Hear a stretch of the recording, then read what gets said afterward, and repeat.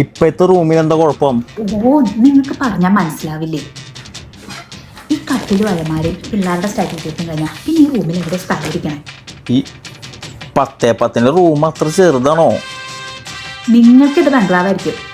ഓമനേച്ചിയുടെ പുതിയ വീടിന് ബാത്റൂമിന് നിങ്ങൾ ഈ പറഞ്ഞ 10x10 ഉണ്ടാകും. ഇവിടെ ഒന്ന് നേരെ നിന്ന് പെരുമാറാൻ പോലും പറ്റുന്നില്ല. ഒരു ലോൺ തന്നെ തിരഞ്ഞ് 2 കൊല്ലമുണ്ട്. ഓക്കെ അതിൻ്റെ കൂടെ ഇനി പുതിയതും കൂടിയാ. അതും പറഞ്ഞ് ഈ പ്രശ്നം തീരുമോ? എന്തായാലും ഞാൻ അർത്ഥമില്ലാവട്ടെ. എന്ത് പറഞ്ഞാലും ഉണ്ട് പിന്നെ ആവട്ടെ എന്റെ വിധി. എനിക്കൊന്നും കേൾക്കണ്ട, ഞാൻ വെക്കുക.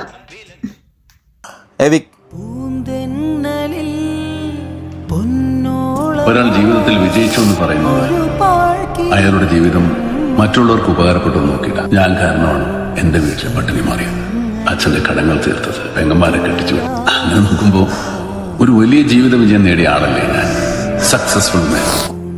ലൈറ്റ് ഒന്ന് ഓഫ് ചെയ്തറാ.